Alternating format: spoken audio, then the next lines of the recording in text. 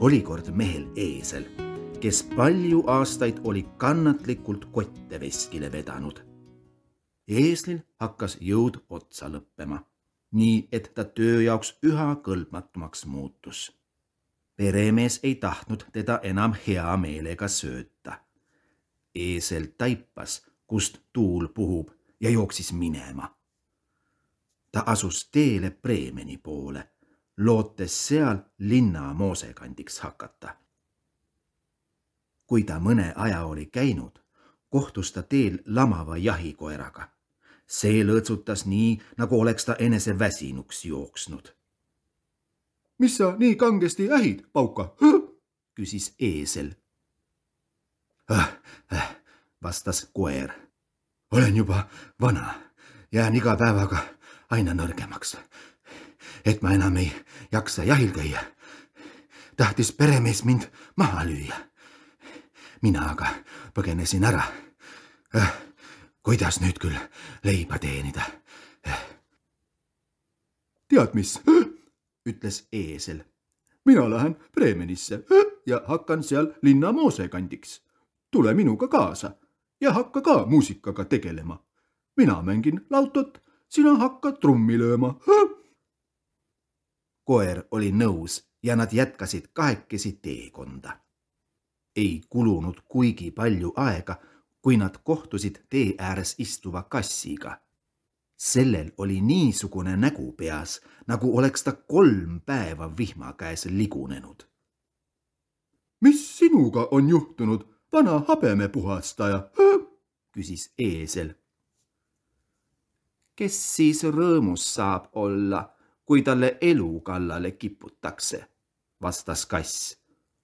Olen juba vana, mu hambad on nüriks jäänud. Et ma parema meelega ahju taga istun ja nurru löön, kui hiiri taga ajan, tahtis perenaine mu ära uputada. Pääsesin küll tulema, aga nüüd on hea nõu kallis. Kuhu minna? Tule meiega Bremenisse. Sa oled ju öiste kontserdite asjatundja. Võid seal linna moosekandiks hakata. Kassile meeldis see nõu ja ta läks kaasa. 3 rändaja tee viis mööda talust, mille väraval istus kõigest jõust laulev kukk. Sa karjud nii, et luust ja lihast läbi käib, ütles eesel. Mis on juhtunud? Ennustasin küll ilusat ilma, seletas kukk. Aga et homme on pühapäev ja tuleb külalisi, siis ei heida perenaine mulle armu. Ta käskis köögitüdrukul minust homme suppi keeta. Pean täna õhtul laskma endal pea maha lüüa. Nüüd karjun veel täiest kõrist, nii kaua kui saan. Kuule, punapea, ütles eesel. Tule parem meiega kaasa. Me läheme Bremenisse. Surmast paremat leiad igal pool. Sul on hea hääl. Ja kui me koos musitseerime, siis see juba on midagi. Kukk oli ettepanekuga päri ja nad jätkasid teekonda 4. Bremenisse ei jõudnud nad aga 1 päevaga. Õhtul peatusid nad metsas, kavatsedes seal ööbida. Eesel ja koer heitsid maha suure puu alla. Kass ja kukk aga valisid endale magamiskoha puu otsas. Kukk lausa ladvas, kus oli tema arust kõige kindlam. Enne magama jäämist vaatas ta veel korra igasse ilmakaarde. Äkki paistis talle, nagu näeks ta eemalt tulukest vilkumas ja ta hüüdis oma kaaslastele, et üsna lähedal peaks maja olema, sest valgus paistab. Siis peame üles tõusma ja sinna minema, arvas eesel.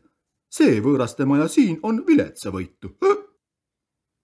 Koer lisas, et paar konti ja veidi liha kuluksid talle üsna ära.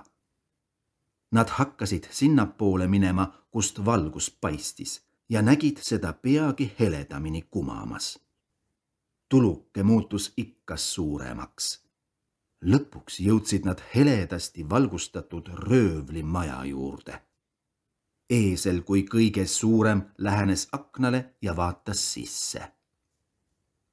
Mida sa näed, Pikkkõrv? Küsis Kukk. Mida ma näen? Vastas eesel. Rikkalikult kaetud lauda. Röövlid istuvad laua ümber ja lasevad toidul hea maitsta. See oleks juba midagi meie jaoks, sõnas Kukk. Ja, kui me seal oleksime, ütles eesel.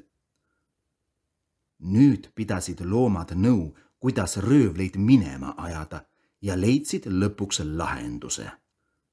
Eesel pidi esijalgadega aknalauale toetuma, koer tema turjale hüppama, kass koera selga ronima ja lõpuks Kukk üles kassi pea peale lendama.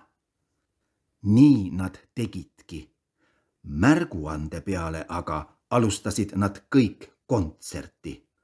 Eesel kisendas, koer haukus, kass njaugus ja Kukk kires. Siis sööstsid nad läbi akna tuppa, nii et ruudud klirisesid. Kohutava kisa peale kargasid röövlid püsti. Arvates tondi sisse tulevat, põgenesid nad suure hirmuga metsa. Nüüd istusid 4 kaaslast lauda, võtsid isuga seda, mis lauale järele oli jäänud ja sõid, nagu oleksid 4 nädalat näljas olnud. Kui neil kõht täis sai, kustutasid nad tule ja otsisid endale magamisaseme, iga üks oma meele järele ja tahtmist mööda. Eesel heitis sõnniku hunnikule, koer ukse taha, kass koldele sooja tuha lähedale ja Kukk pennile. Nad olid pikast teekonnast väsinud ja uinusid peagi. Kui röövlid pärast keskööd majas enam tuld põlemas ei näinud ja kõik vaikne tundus olevat, ütles pealik. Me poleks ometi tohtinud nii argpüksid olla. Ta läkitas ühe oma mehi maad kuulama. Saadik leidis maja täielikus öörahus. Ta läks kööki, et tuld süüdata. Kassi põlevaid silmi pidas ta hõõguvateks süteks ning sirutas nende poole tuletiku, et see süttiks.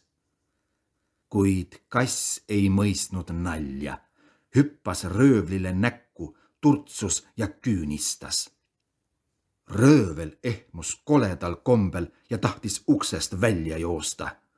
Ukse taga aga lamas koer, kes üles kargas ja teda jalast hammustas. Kui röövel nüüd üle õue joostes sõnniku hunnikust möödus, andis eesel talle tagumise jalaga tugeva hoobi. Kukk, kes kära peale unest oli ärganud ja täiesti virgunud, hüüdis pennilt. Kukkeleekuu! Röövel jooksis nagu jalad võtsid pealiku juurde tagasi ja teatas. Majas istub hirmus nõid. Puhus mulle näkku ja küünistas mind oma pikkade küüntega. Ukse ees seisab mees noaga. See torkas mulle jalga. Õues aga lamab must koletis. See virutas puunuiaga. Ja ülal katusel istub kohtunik, kes hüüdis. Tooge see kelm siia. Tegin, et tulemas sain. Sellest ajast peale ei julgenud röövlid enam majja tagasi minna. 4 Breemeni moosekandile aga meeldis seal üpris hästi, nii et nad sealt enam ära minna ei tahtnudki.